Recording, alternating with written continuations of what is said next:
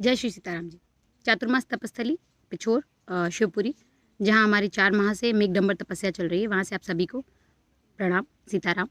आप सभी कुशल होंगे, ये आशा हम करते हैं। आज आपसे बातचीत करने का या आपके सामने आने का एक बहुत ही महत्वपूर्ण कारण है। किसी सर्च के दौरान जब हम खोज रहे थे सोशल मीडिया के माध्यम से कुछ, तो हमें एक वीडियो दिखा जिसमें एक राजनेता हैं मौर्य, क्या है, स्वामी आचार्य मौर्य, कुछ ऐसा ही उनका नाम है। उन्होंने महाराज जी के विषय में, हमारे जगत गुरु रामभद्राचार्य जी के विषय में कुछ ऐसा कहा कि वो व्यासपीठ पे बैठ कर ऐसी बातें कैसे कर सकते हैं, क्या आप ऐसे व्यक्ति को संत मान सकते हैं, क्या आप ऐसे व्यक्ति को सम्मान दे सकते हैं, क्या ऐसे लोग हमें मार्गदर्शन देंगे। तो आपसे मेरा एक प्रश्न है मौर्य जी, क्या कभी संतों की तरह एक दिन का जीवन जिया है आपने? क्या आपको पता है कि संतों को क्या करना पड़ता है, किस तरह जीवन जीना पड़ता है, क्या उनकी शैली होती है, क्या उनकी पद्धति होती है? साथ ही साथ में ठीक है, चलिए नहीं भी जिया तो कोई बात नहीं, किसी संत का सानिध्य तो किया ही होगा। यदि किया है तो आप ये अच्छे से जानते होंगे कि एक ऐसा संत, एक ऐसा व्यक्ति जिसके विषय में आप बात कर रहे हैं, ये वह व्यक्ति है जिसने आज भारत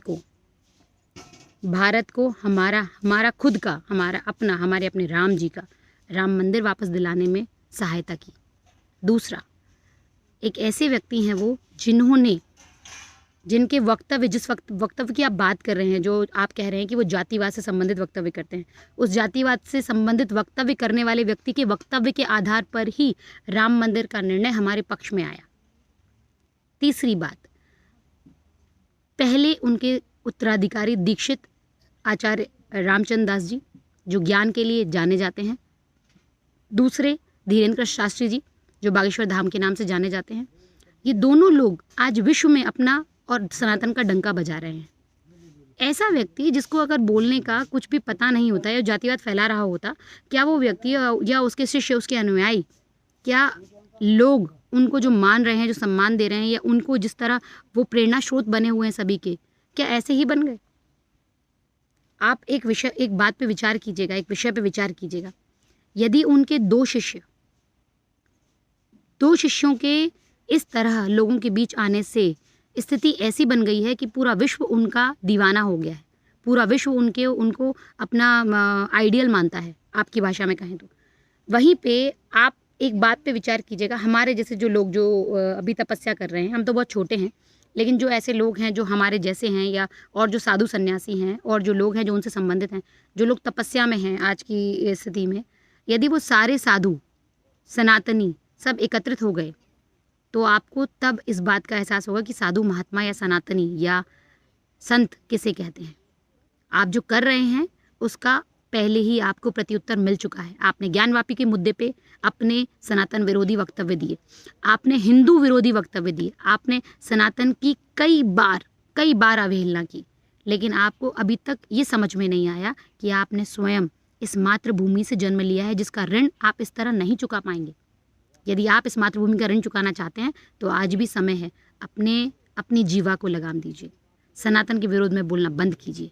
इस बात को समझ लीजिए कि यदि सनातन है तो हम सब हैं, और अगर हम सबको रहना है तो सनातन को पूर्ण रूप से जीवित और प्रत्यक्ष रखना पड़ेगा।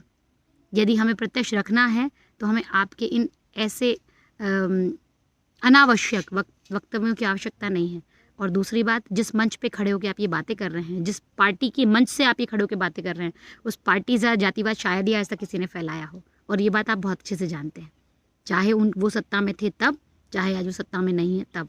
जाति के नाम पर लोगों में वैमनस्यता फैलाना बंद कीजिए और राम जी की कृपा पाइए, राम जी को अपना शरणागति लीजिए, और उनको इस बात का क्षमा प्रार्थी हुई कि आपने जो अभी तक कर दिया, लेकिन अब समय है और अब मैं अपनी भूलों के लिए, अपनी किए हुए कृत्यों के लिए क्षमा चाहता हूँ। आप जैसा व्यक्ति जो अपने स्वार्थ के लिए कुछ समय के लिए जय श्री राम बोले और तुरंत ही इस बात से बदल जाए, ऐसे व्यक्ति के लिए तो मुझे नहीं लगता कि भारत में कोई स्थान भी होना चाहिए।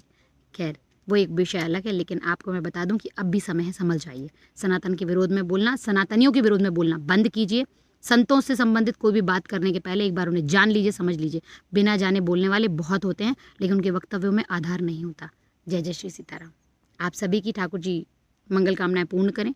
आप सभी पे माँ भगवती कृपा हमेशा बनी रहे। जय जय श्री सीताराम।